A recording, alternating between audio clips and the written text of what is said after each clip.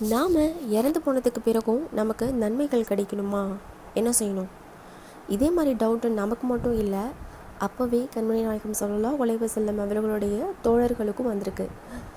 கண்மணி நாயகம் ஸல்லல்லாஹு அலைஹி வஸல்லம் அவர்களுடைய தோழர்கள் ஒரு நாள் நபி அவர்கள்கிட்ட கேட்குறாங்க, நாம் இறந்து போனதுக்கு பிறகு நமக்கு நன்மைகள் கிடைக்கணுன்னா நாம் என்னெல்லாம் செய்யணும்னு. அதுக்கு கண்மணி நாயகம் ஸல்லல்லாஹு அலைஹி வஸல்லம் அவர்கள் என்ன கூறினாங்க அப்படின்னா, நாம் ஒரு கல்வியை கற்று நாம் அதில் தேர்ச்சி பெற்றிருக்கோம் அப்படின்னா அந்த கல்வியை மற்றவங்களுக்கு நாம் கற்றுக் கொடுக்கணும். அடுத்தது, இது மூலயமா என்ன நடக்கும் அப்படின்னா, நாம் கற்றுக்கிற கல்வி மற்றவங்களுக்கு போனதுனால அவங்க அது மூலயமா பலன் பெறுவாங்க.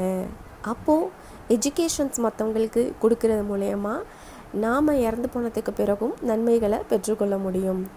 அடுத்தது செகண்ட் என்னென்னா, தனது பிள்ளைகளை நல்லொழுக்கம் உள்ளவர்களாக வளர்ப்பது. பிகாஸ் நல்லொழுக்கம் உடைய பிள்ளைகளை வளர்த்தோம் அப்படின்னா அந்த பிள்ளைங்க நல்ல முறையில் ஓதுவாங்க, தொழுவாங்க, ஜகாத் கொடுப்பாங்க, என்னென்ன விஷயத்தெல்லாம் கரெக்டாக ஃபாலோ பண்ணணுமோ ஹலாலான விஷயங்களை கரெக்டாக ஃபாலோ பண்ணுவாங்க.